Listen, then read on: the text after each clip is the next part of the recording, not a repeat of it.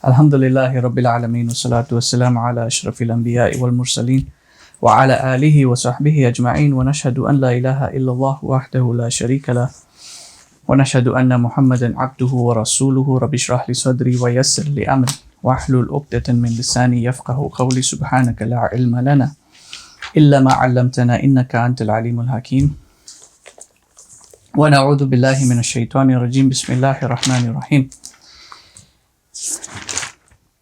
Today we are going to complete the final section of Musa and Al-Khidr in Surah Kahf, and we are only going to look at the ayahs number 77 going up until 82. Very few ayahs. This is now the Ta'wil section. When last Musa and Al-Khidr left off, Al-Khidr told Musa, هذا فراق بيني وبينك. This is now the partition between myself and you. سأنبئك بتأويل ما لم تستطيع عليه الصبر. I will now give you the interpretation of that which you could not keep patient with. Ta'wil, it's the translative of ta'wil is interpretation, but ta'wil is something that comes in the tertiary elements of the Quran. The foundational epistemology of the Quran, according to the scholars and according to the way our tradition has always been, is that foremost comes the tafsir. The Quran has to be explained first before you can even go into the interpretation. And the interpretation itself has got its own methodology, its own epistemology. One cannot simply go into an interpretation of the word of Allah without understanding the fundamentals, without grounding oneself in the basic sciences. So the ulama used to always say, أهمها عقائد ثم الفروع تصوف وعالة بها شروع العربية مفتاح العلوم. You first establish your principles, you ground yourself in your deen and its practices, and then you go through the cleansing of the heart, the purification process of it through righteousness. Then you begin the sciences.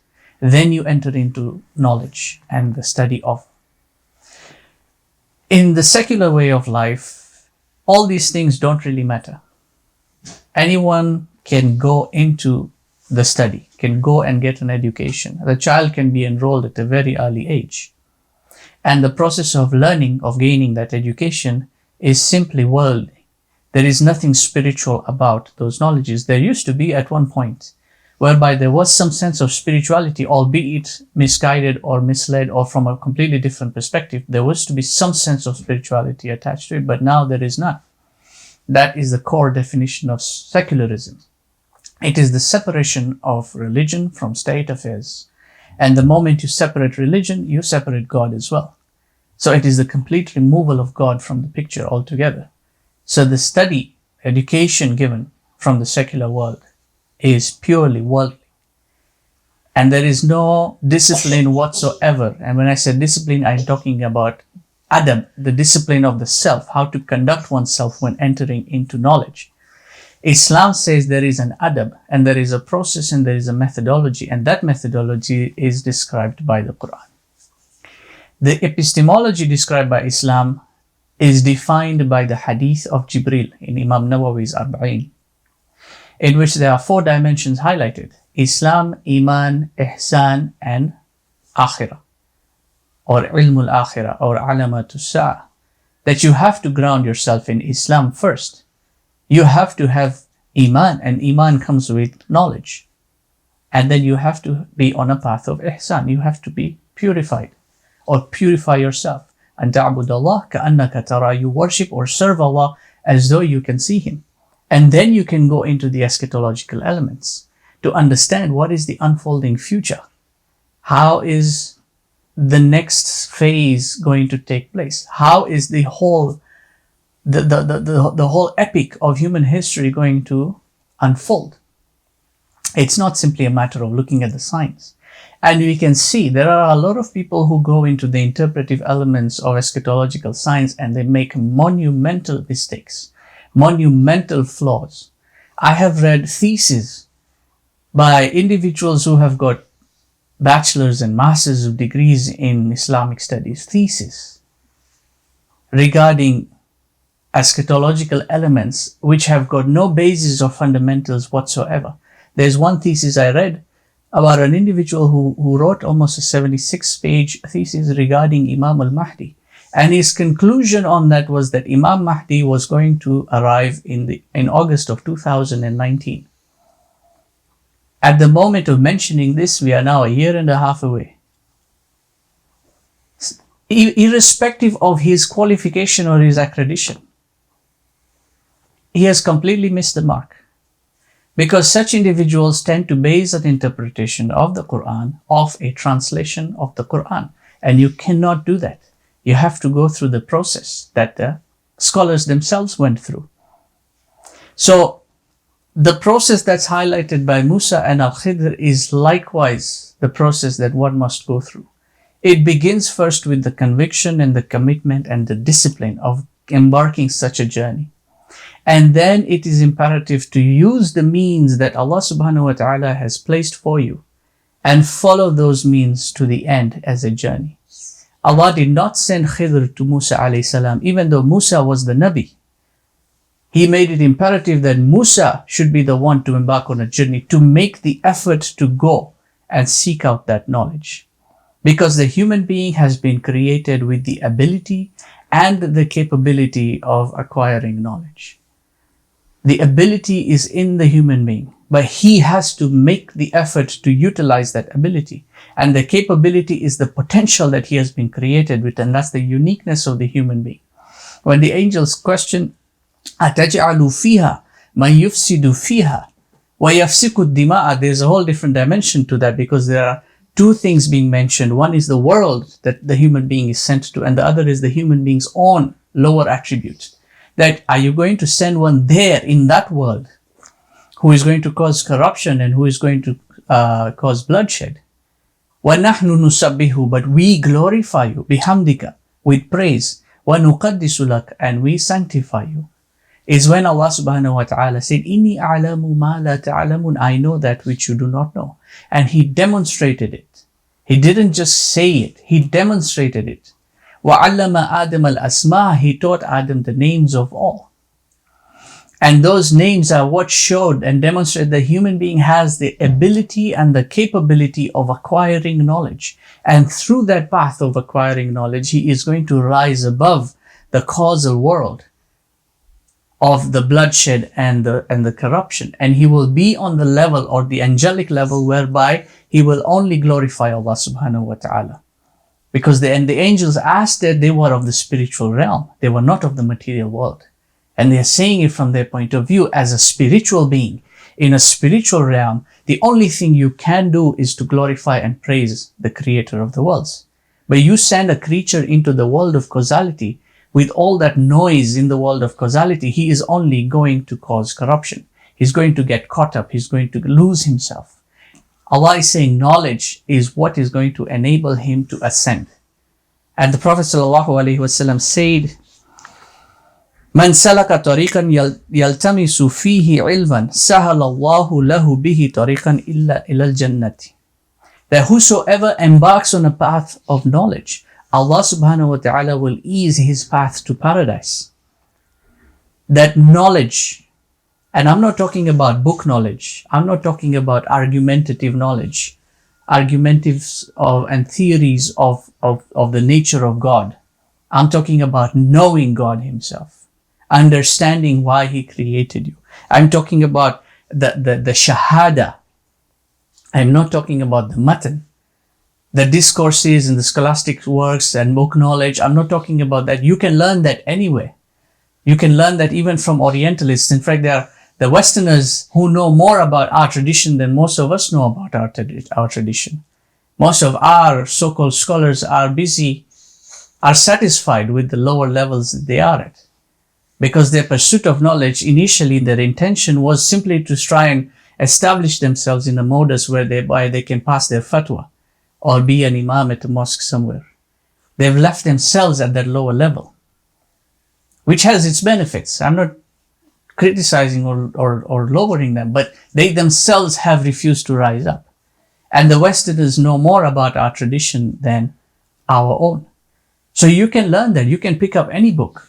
You can read Imam al-Ghazali's Maqasid al-Falasifa and Tahafut al-Falasifa, and you can learn about philosophy. It's not that difficult if you put your mind and effort to it. You can pick up Ibn Sina's physics and admonitions of physics and metaphysics, and you can study these things. The knowledge I'm talking about is the shahada. That knowledge which you forgot when he created you. Alastu bi rabbikum. He asked you that question and none of you can remember what that question was. He asked you that question, Alastu bi rabbikum, and you said, Bala shahidna. We testify. What is that testimony? It is your going back to that remembrance that he is the one and truly understanding what it means for him to be the one. That is the knowledge that will take you on the path to paradise, because when you implement that ilm into amal, then the path to paradise becomes easier, because it is the amal that will be judged. It will be the amal that you will be held questionable for, accountable for. And when you have the ilm, it is easy to implement the amal. And you see this. And once you implement the amal, then you have lama', you have nur. And you see this in people who are enlightened, the awliya of Allah. Those who are enlightened, it's very easy for them to perform the actions. It's difficult for us common folk. We have to consciously remember, oh, I have to pray salah. Oh, I have to read the Quran. Oh, I have to do this. I have to do dhikr. Oh, I forgot about this. Most of us don't even remember the times of the salah. But for them, it's very easy. It is so intuitive that they don't need the clock. They don't need to hear the adhan. They don't need to know the prayer timings. They just know that it's time to pray. They just know, they just do the dhikr without even thinking twice about it.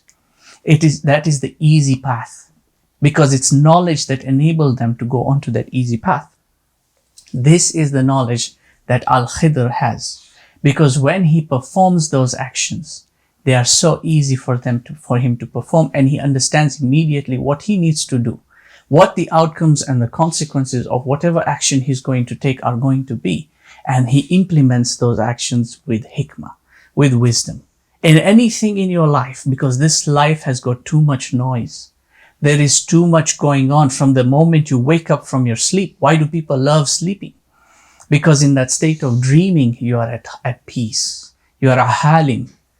You are at tranquility when you're dreaming. But the moment you wake up, the noise begins.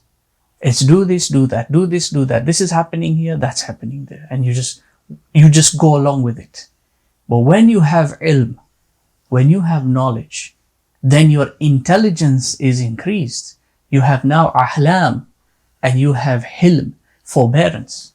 You are in a state whereby the noise doesn't affect you. Whatever happens, you are able to calculate. You are able to deduce, induce, and implement. These are the three stages I'm going to highlight for you now by looking at Al-Khidr and why he did what he did and what are the explanations for it.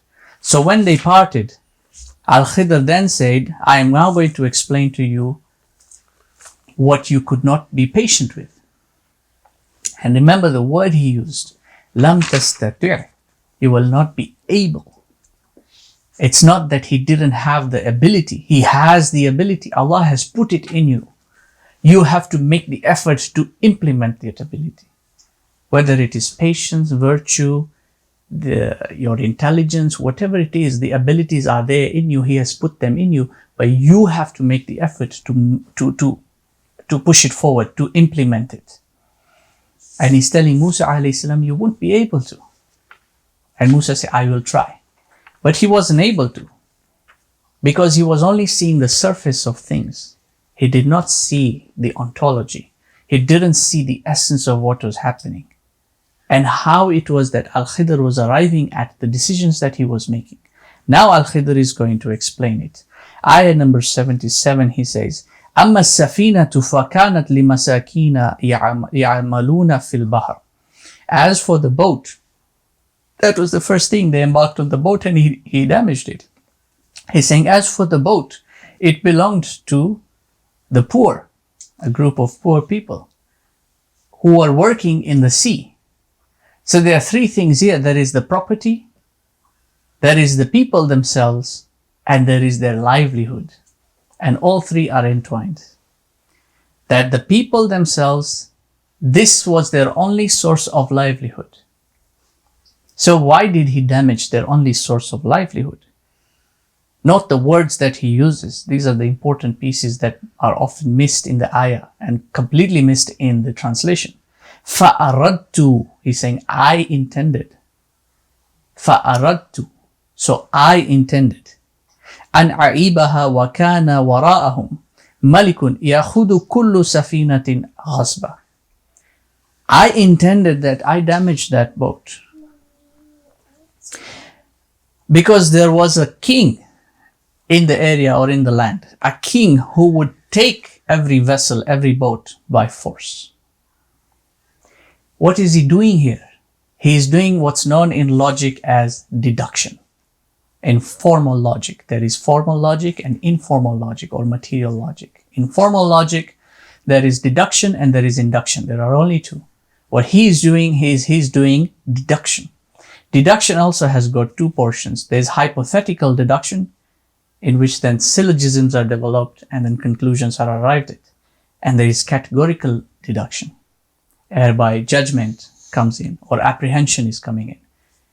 Categorically, he knows that there is a king out there who is seizing every vessel by force. He is an oppressor.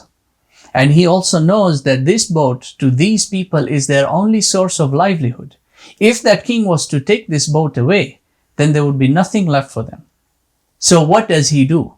He damages the boat so that it no longer becomes appeasing to the king. He doesn't want it anymore. He lets it go. Better that small amount of damage than them losing it completely. And we do this as human beings, those who are sensible, we do this on a daily basis. I'll give you an example. If there's a box of matches sitting on the floor there, and there is a baby walking around, crawling about, there are a number of possibilities that you can deduce based on what you know, that that box of matches is harmful. You can deduce that the baby will not see it or pass by it at all. You can deduce that he might notice it but not give it any heed. Or you can deduce that he might go to it and start playing with it. From then on is where the risk factor is evaluated. You can deduce that either he is not going to cause any harm by playing with it, or two, he might actually strike a match and burn himself. Now you base your conclusion. What do you do? How do you implement your action? The more sensible thing to do will be to take that box of matches and keep it somewhere safe. Now you've implemented the right action. Based on what? Based on what you deduced. Knowledge that you understood and knowledge that you had from before. That is the foremost basis of going about the process. So this was the deduction. This was the foremost. This is the first thing a person does. Now, if you know logic, if you study logic, it's easy for you to see that a person is actually doing that. But we do it intuitively because we are logical beings. And that was just one example. You can implement any example. And you can apply such an example into any other aspect of your life. Because when you apply that knowledge in the correct format, there are a lot of things in your life that you can change to bring out a favorable outcome. Now, there's something also important here. He is attributing this action, the thought process, the knowledge, and the action to himself. He's taking responsibility for it. He's saying, فَأَرَدْتُ, I intended it. And I'll explain why he's doing that. The next section now, the next piece he explains is with regards to the boy. وَأَمَّا الْغُلَامُ, he says, and as for the boy, فَكَانَ أَبَوَاهُ مُؤْمِنَيْنِ, his parents were believers. Now note that he's changing now from the first person singular, and now he's going to speak of the first person plural. He's saying, فَخَشِينَا, we feared, أَن يُرْهِقُهُمَا طُغْيَانًا وَكُفْرًا, that he would transgress or overwhelm them in transgression and disbelief in kufr. So what did he do? فَأَرَدْنَا, so we intended. Now he's giving it the plural form.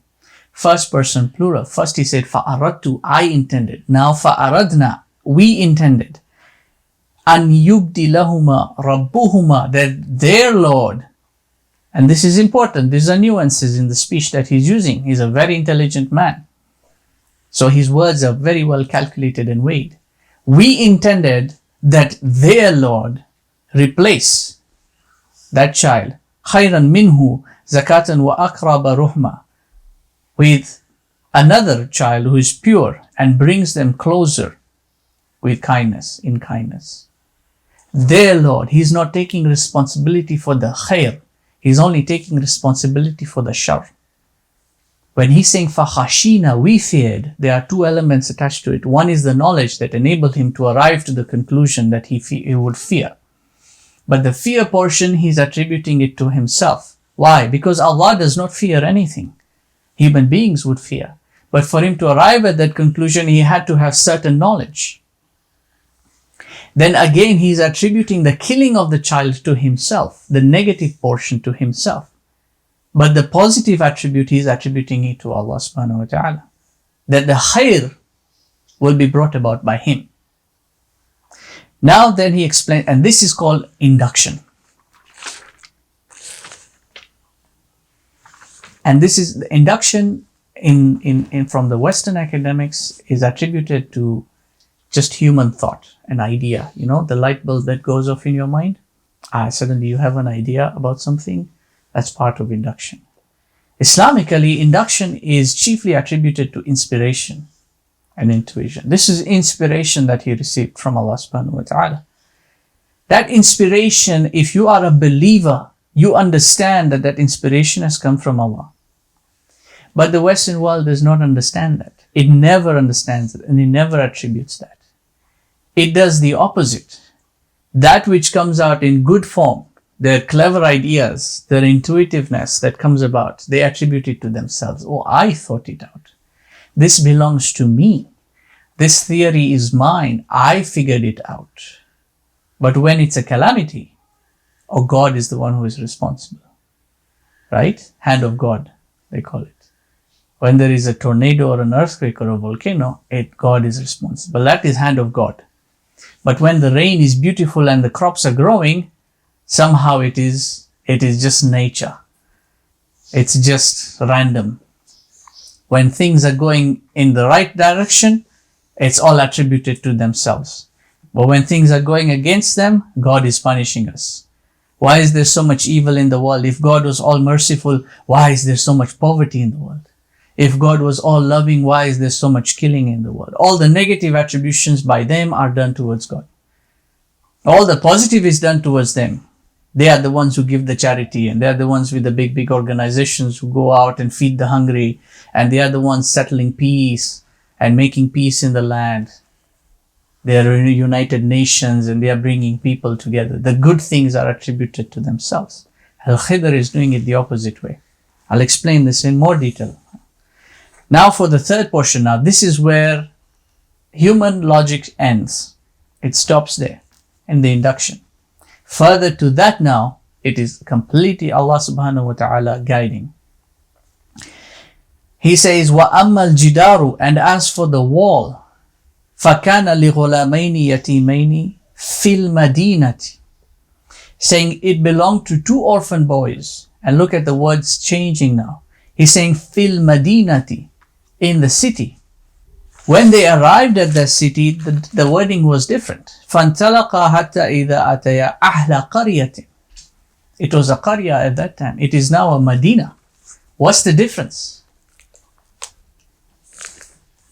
There is a certain attribution being shown here, and this is in relation to now when we go into Dhul Qarnayn, we'll understand the difference between a qarya and a Medina.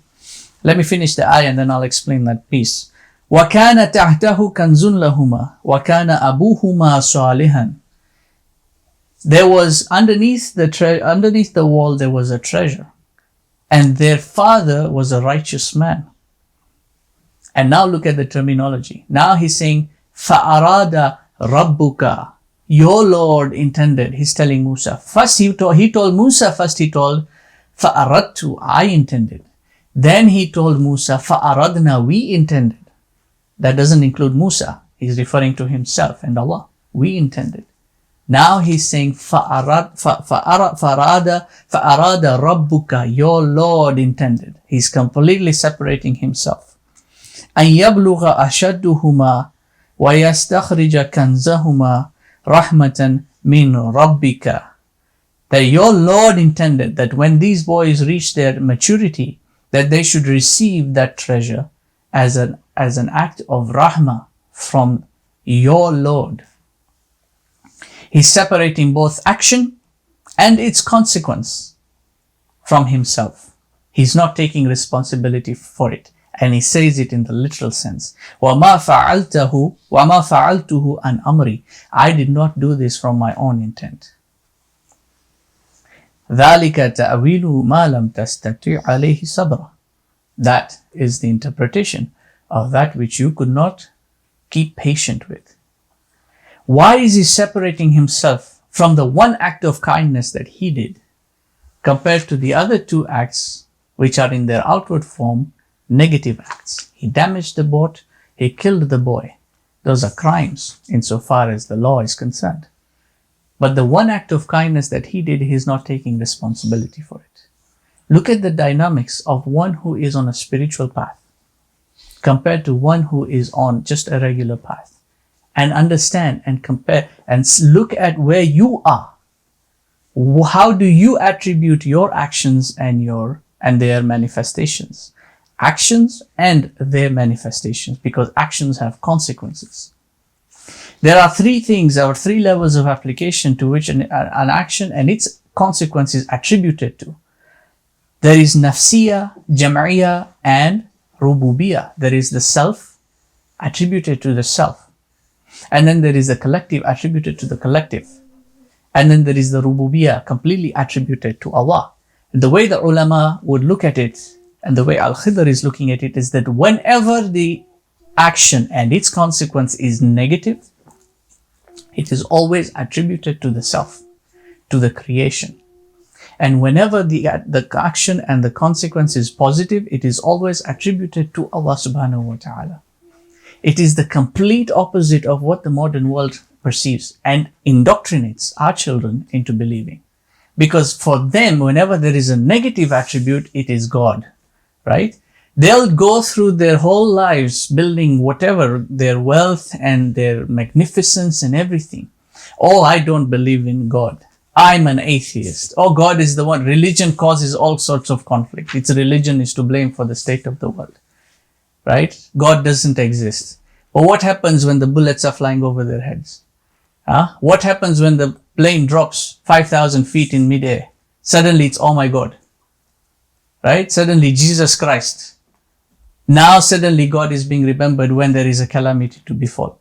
But when things are amazing, when the promotions are coming forth, right? When the wealth is coming and the bank balance is pouring and overflowing, at that time, God is not remembered. Al-Khidr is showing us the Islamic way of perceiving the world. And this is the sixth tenet of Iman. Qadr Allah min shar wa khair. Believing in the power of Allah from that which is evil upon you and that which is good upon you. Because ultimately, the consequence, the end outcome will always be khair. If you look at human history, in the entirety of human history, as one big calamity, the akhirah, if the path taken is righteous, the end will always be khair for you. But if you go against it, then the end is going to be detrimental for you. These three attributes is how Al-Khidr has broken it down. When it was his own deduction and his own intent and his own action and its manifestation, he takes full credit for it. For whatever the outcome at that point, he cannot say, oh, Allah is the one who caused these people to drown. I was just a sabab. But if they were saved, then he would take credit for it. No, it doesn't work like that. He's taking full credit for it. Whatever the outcome from that, it was my intent. It was my deduction. I am the one who implemented it.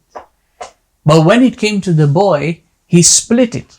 He took the negative attribute. I killed the boy as a sabab. Allah is the one who will put the khair of giving these parents a better child. This was the intent, the collective intent. The inspiration came to him and he used that inspiration to draw a conclusion.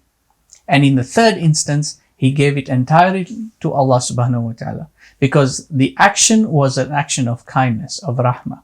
It was a good action, a positive action. And its outcome was a positive outcome as well. And he attributed the entirety of it to Allah subhanahu wa ta'ala. And he's not telling Musa, Rabbi, my Lord. He's telling Musa, your Lord. Understand, he's your Lord as well. It's not just me. And it's not just he gave me the inspiration, so I'm the one to take credit for it. It's your Lord who intended it like that. وَمَا فَعَلْتُ أَنْ أَمْرِي, I did not do any of this by my own accord. These are the three hierarchies of that path of spirituality.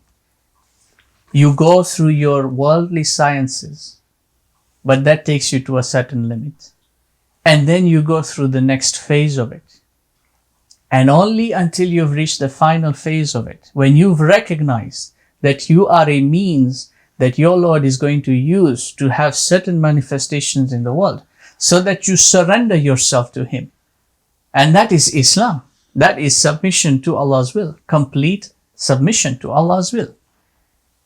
Tawakkal Allah is complete trust in Allah. But it's not just tawakkal Allah. He's saying there are means I have established for you. So trust in Allah, but tie your camel. Follow the means as well. And those means are what are highlighted now in Dhul Qarnayn's journey. Allah subhanahu wa ta'ala does not waste words. He repeats the ayah 3 times.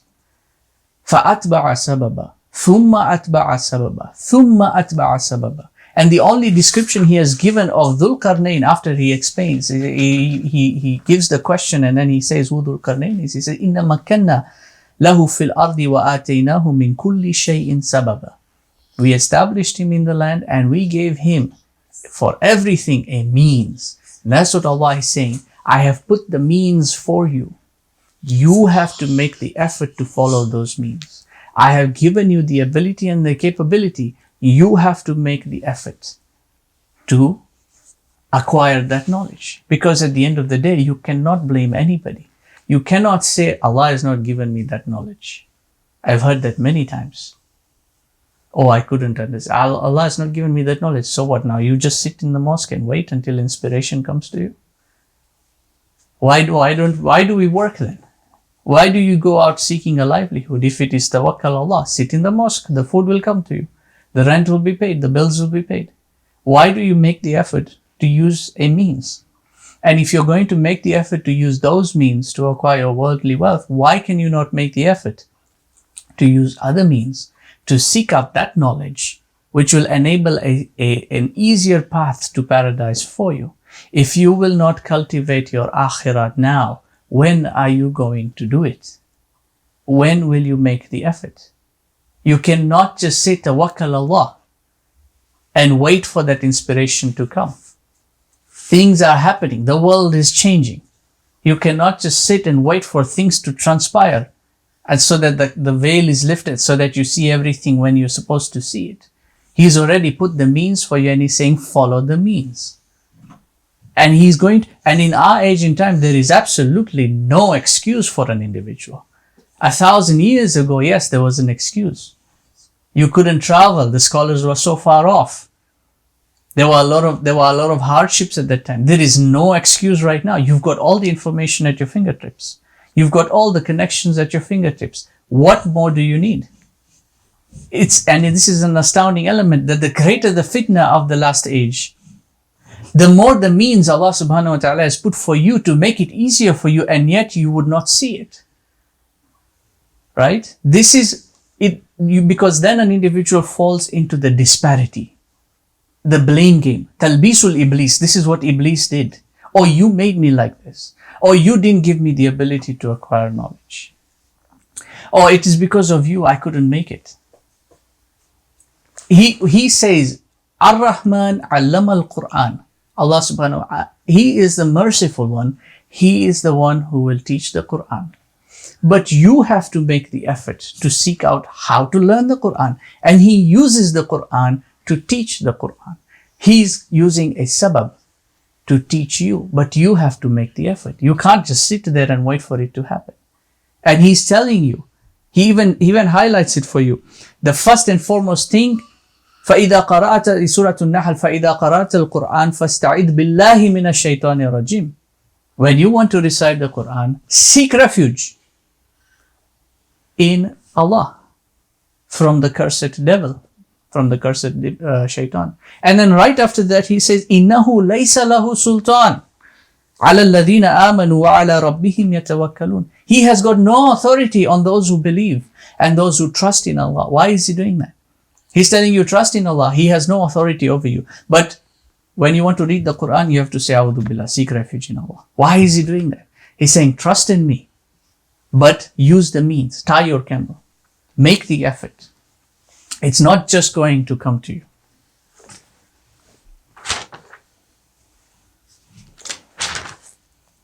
There's just one more portion I want to complete with, and then we are going to end, inshallah.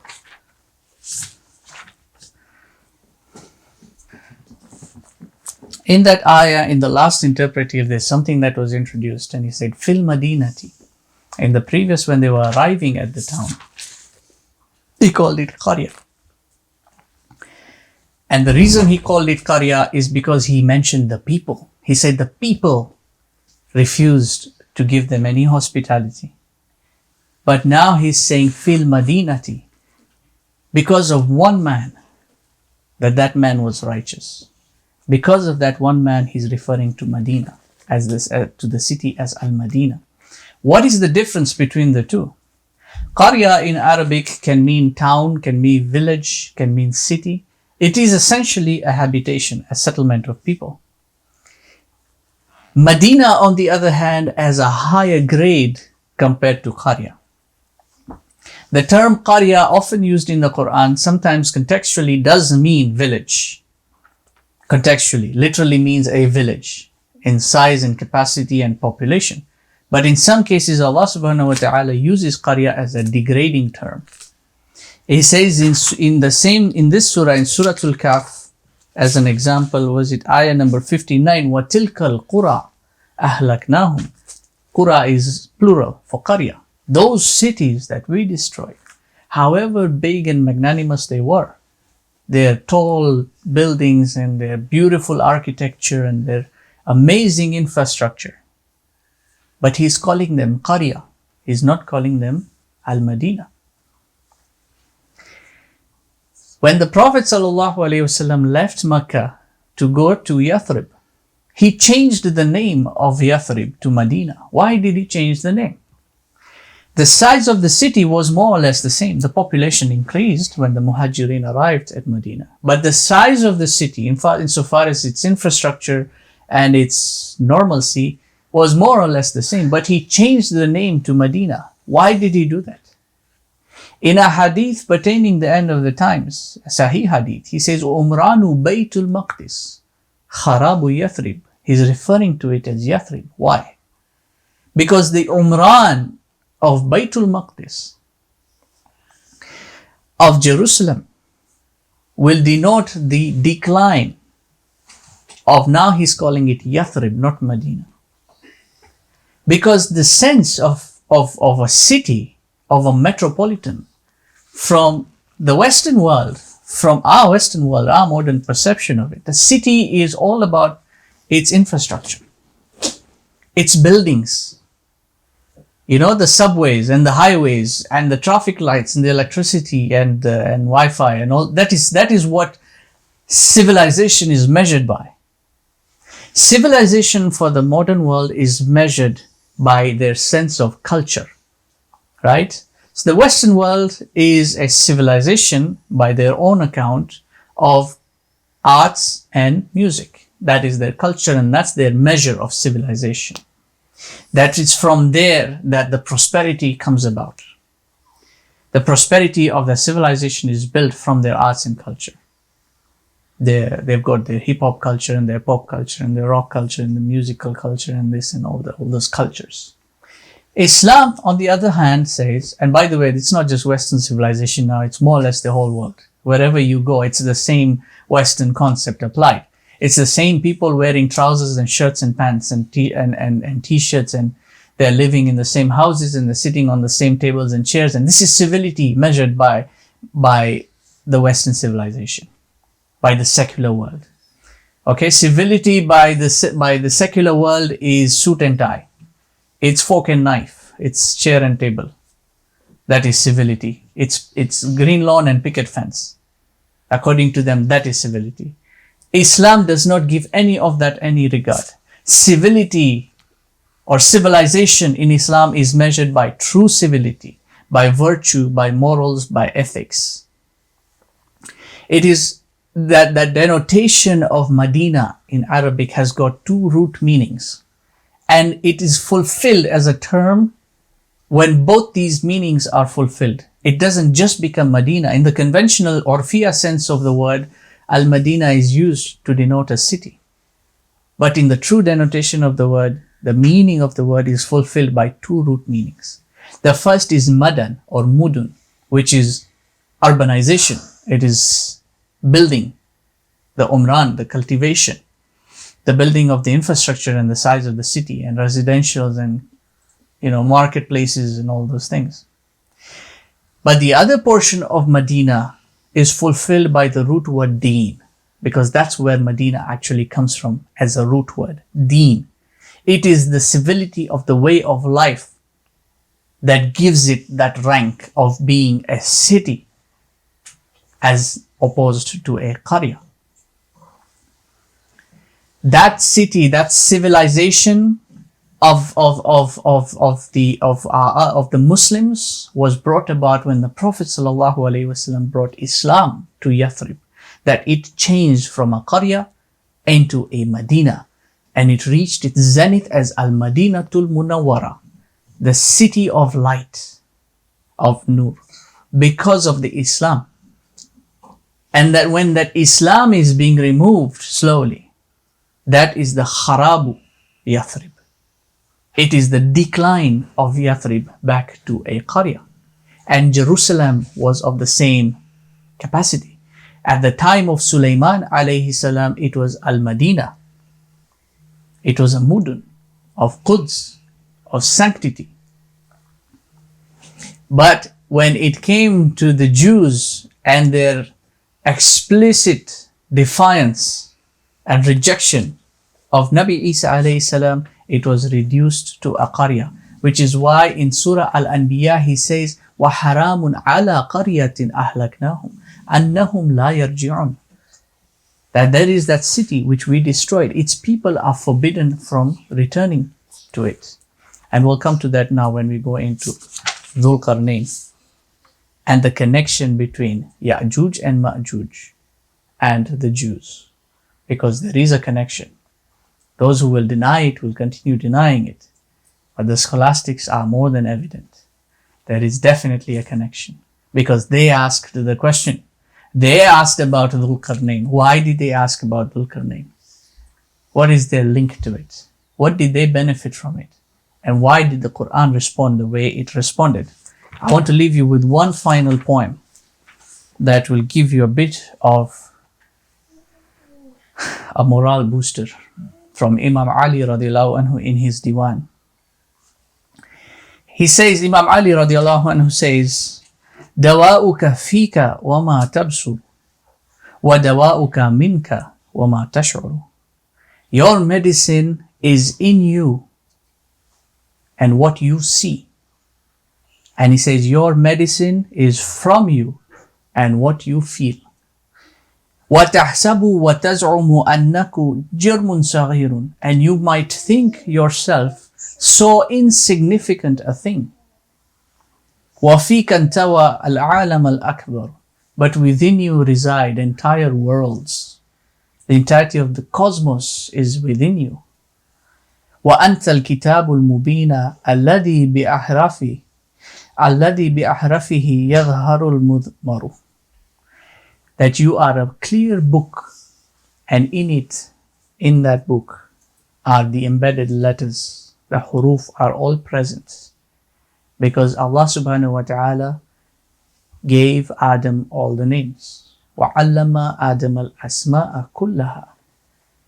The names and the ahraf and the constituents, the phonetics that have meaning from outside the entire world of from the entirety of the cosmos. The meaning of what Allah has created are there in you. Your medicine, if you should see it, is from you. If you should feel it and abstract that out from you, bring it out from you, utilize that ability, then you will be more than just a jism, a jasad of the modern age. Because that's what Dajjal and the Western world want to create out of you. They want to turn you into just a hollow form, a jasad, a body, meaningless, insignificant, nothing. They give you all these big pictures of the cosmos and the universe and the Milky Way, and they show you with an arrow right there. Look, here you are, so insignificant on an insignificant planet in an insignificant world. Imam Ali is saying you are not. They're right in that context that as far as creation and Allah is concerned, you're not that significant. But the way He has created you is with the ability and the capability to rise above that insignificance, to become significant, to become a being that He wanted you to be, so that you can then reach that level, that angelic level, whereby you only recognize Allah subhanahu wa ta'ala. We're going to end there inshallah and start off with Dhul Qarnayn next week. ربنا تقبل منا إنك أنت السميع العليم وتب علينا يا مولانا إنك أنت التواب الرحيم برحمتك يا أرحم الراحمين. بارك الله فيكم والسلام عليكم ورحمة الله وبركاته.